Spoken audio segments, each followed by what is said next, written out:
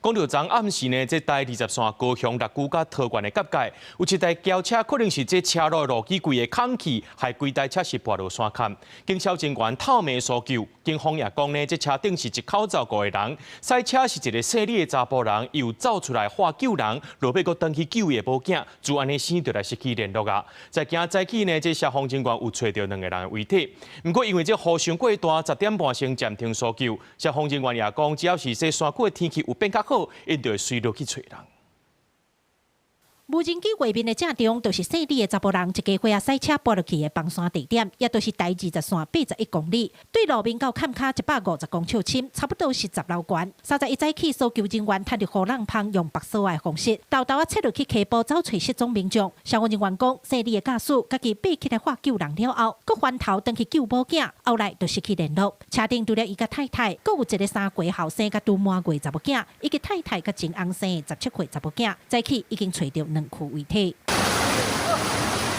是往下，大概有150公尺到170公尺。那我们有搭设绳索，大概有3段绳索，到接触到第一位看到的罹难者，不完整的大体。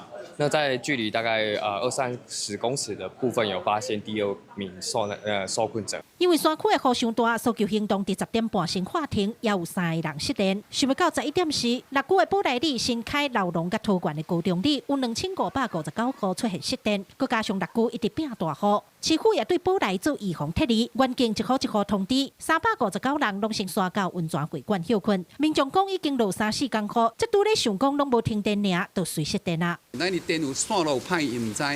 现在咱这个宝来要去桃园，迄个道路也损坏了，他们的电力公司车又不能过来修理，没当过来修理。